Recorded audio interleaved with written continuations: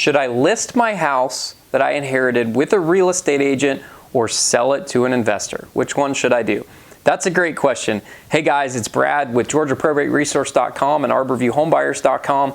We're a real estate solutions company specializing in the niche of probate and inheritance properties. We've purchased hundreds of properties over the years, and we've become really good and become experts at the probate and inheritance realm. Takes a special touch, a special type of team, special type of person to deal with these touchy scenarios that we're dealing with. So the question again is, should I list my house with a real estate agent or should I sell it to a cash offer to an investor? That's a great question. And I can answer this best because I am a licensed real estate agent in Georgia, and I'm also an investor who buys houses for cash. And we deal with this all the time. What should I do? And the answer is, what do you value more?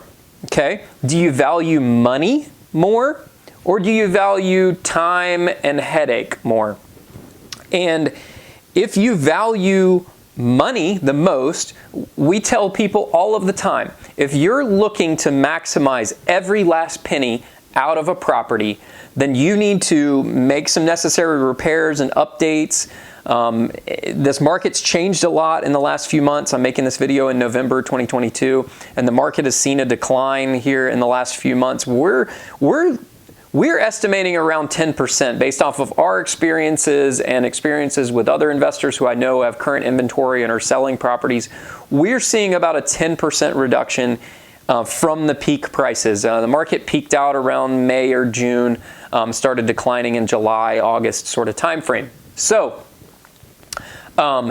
back then, you could get a little bit about 10% more, and back then you weren't having to do anything to the house. You could sell, a turd on the market and people would buy it, right? Now that the market has shifted, people are being a lot pickier. There's a lot less buyers because interest rates shot up drastically. You did see quite a reduction in the amount of people that wanted to buy houses.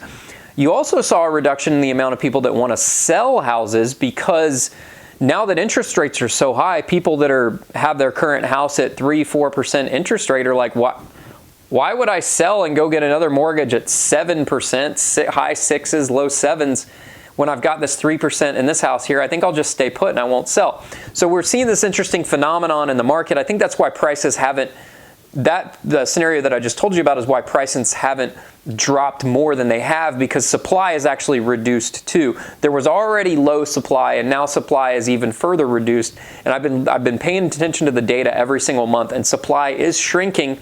But days on market for existing inventory and prices have gone down because people are trying to sort of get rid of this inventory. Properties are sitting on the market.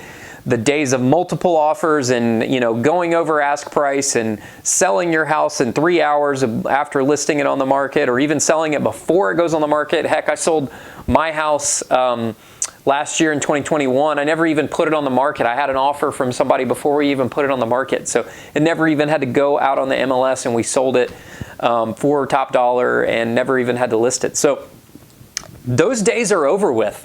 Right? We're into more of a normal market that we've seen in the past. I kind of relate this market we're in right now in late 2022 to what we experienced in, it was like around 2018, sort of the market that we dealt with back then.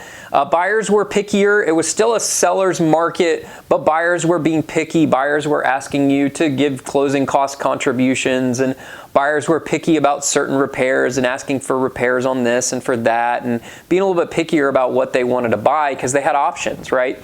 In the last couple of years, they didn't have any options, so they'd take what they could get. That's over with. They have options now, so they're being very picky about what they buy. So you as the seller have to make sure that you're putting out a good product. So if you're putting out a good product, you're making necessary repairs, you are listing with a good real estate agent. There's tons of real estate agents that got in the market over the last couple of years during the hype, and they bragged about, oh, I sold this house for my customer and da-da-da-da. No, the market sold their house. They didn't sell the house.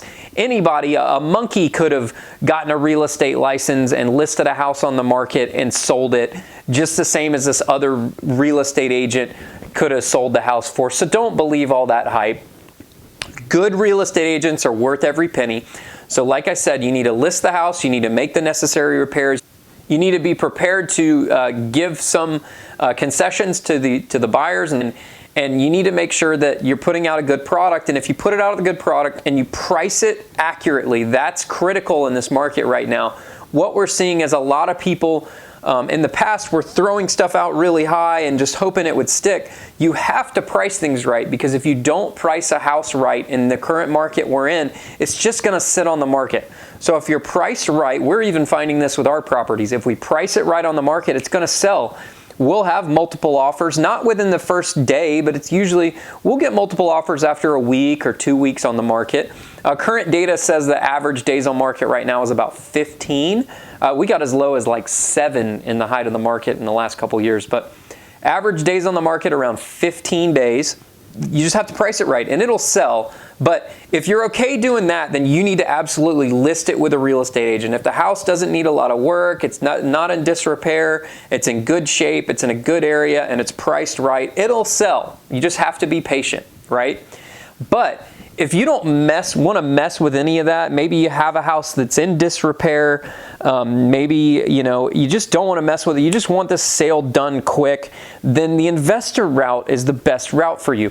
I also want to preface this. Sometimes we get people that come to us who want to list it with an agent, but the house needs a lot of work. It's in disrepair, there's certain things.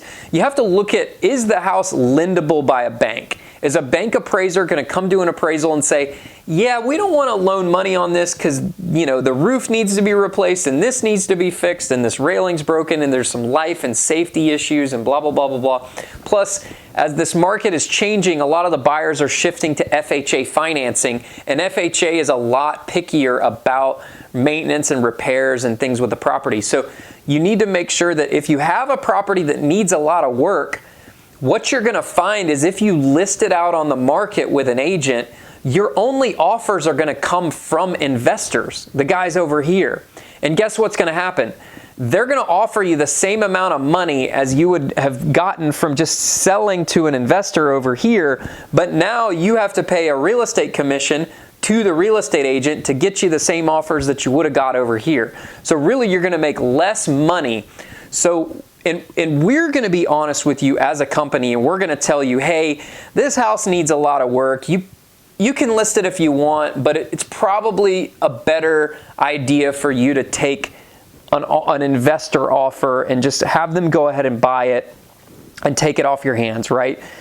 Because I just want you to make the best choice that's good for you, right?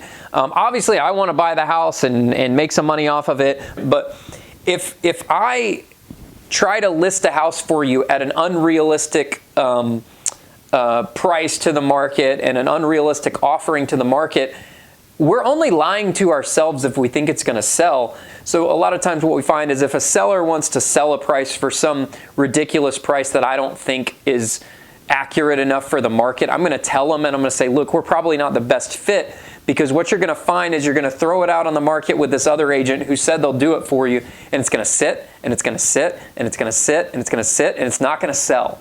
And then you're ultimately going to have to reduce the price down here to sell it. And what did you just do? You wasted your time and you wasted the agent's time. So we're going to be upfront and honest with you and let you know what we think is the best fit. Ultimately, it's your choice on what you want to do with the property. But I know this video is long-winded, but that's just the reality of this. This is a tough decision. So there's a lot of factors that go into it. If you have a house that you need to sell that you've inherited and you want our expertise on it, please feel free to reach out to us. You can fill out a form on our website, or you can pick up the phone and call us. Again, GeorgiaProbateResource.com or ArborViewHomebuyers.com. We'll ask you some questions, we'll evaluate the property, and we'll let you know what we think is the best fit for you. And ultimately, we'll leave it up to you to decide what you think is the best fit for you. So I hope that helps. Thanks again, guys. Have a great day. Bye-bye.